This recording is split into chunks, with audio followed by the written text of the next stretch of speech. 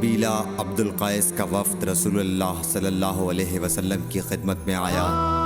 آپ صلی اللہ علیہ وسلم نے دریافت کیا کہ کون سا وفد آیا ہے یا یہ کون لوگ ہیں؟ انہوں نے کہا ربیعہ خاندان کے لوگ ہیں۔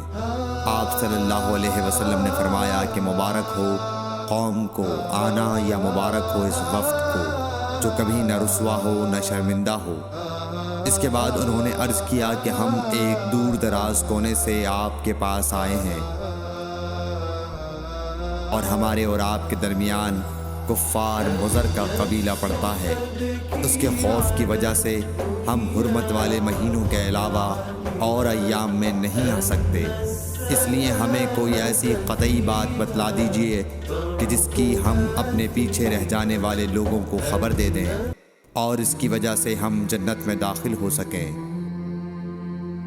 تو آپ صلی اللہ علیہ وسلم نے انہیں 4 باتوں کا حکم دیا اور 4 سے روک دیا۔ اول انہیں حکم دیا کہ ایک اللہ پر ایمان لائیں، پھر فرمایا کہ کیا تم جانتے ہو کہ ایک اللہ پر ایمان لانے کا کیا مطلب ہے؟ انہوں نے عرض کیا اللہ اور اس کا رسول زیادہ جانتے ہیں۔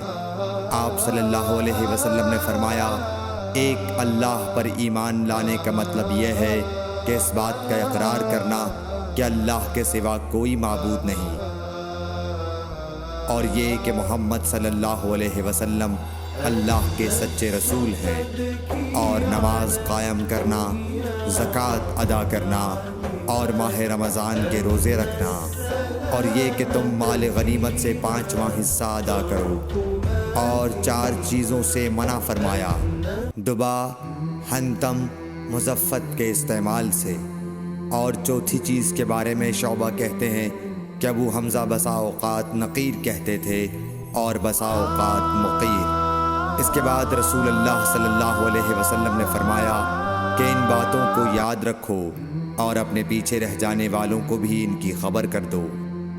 صحیح بخاری حدیث نمبر 87۔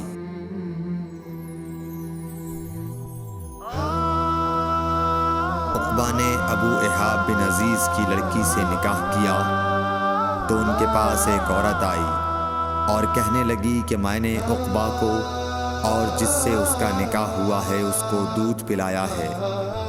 یہ سن کر عقبہ نے کہا مجھے نہیں معلوم کہ تو نے مجھے دودھ پلایا ہے، نہ تو نے کبھی مجھے بتایا ہے۔ تب سوار ہو کر رسول اللہ صلی اللہ علیہ وسلم کی خدمت میں مدینہ منورہ حاضر ہوئے اور آپ سے اس کے متعلق دریافت کیا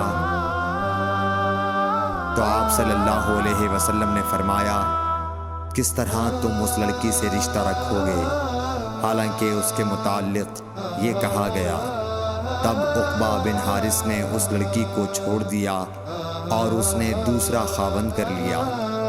صحیح بخاری حدیث نمبر 88۔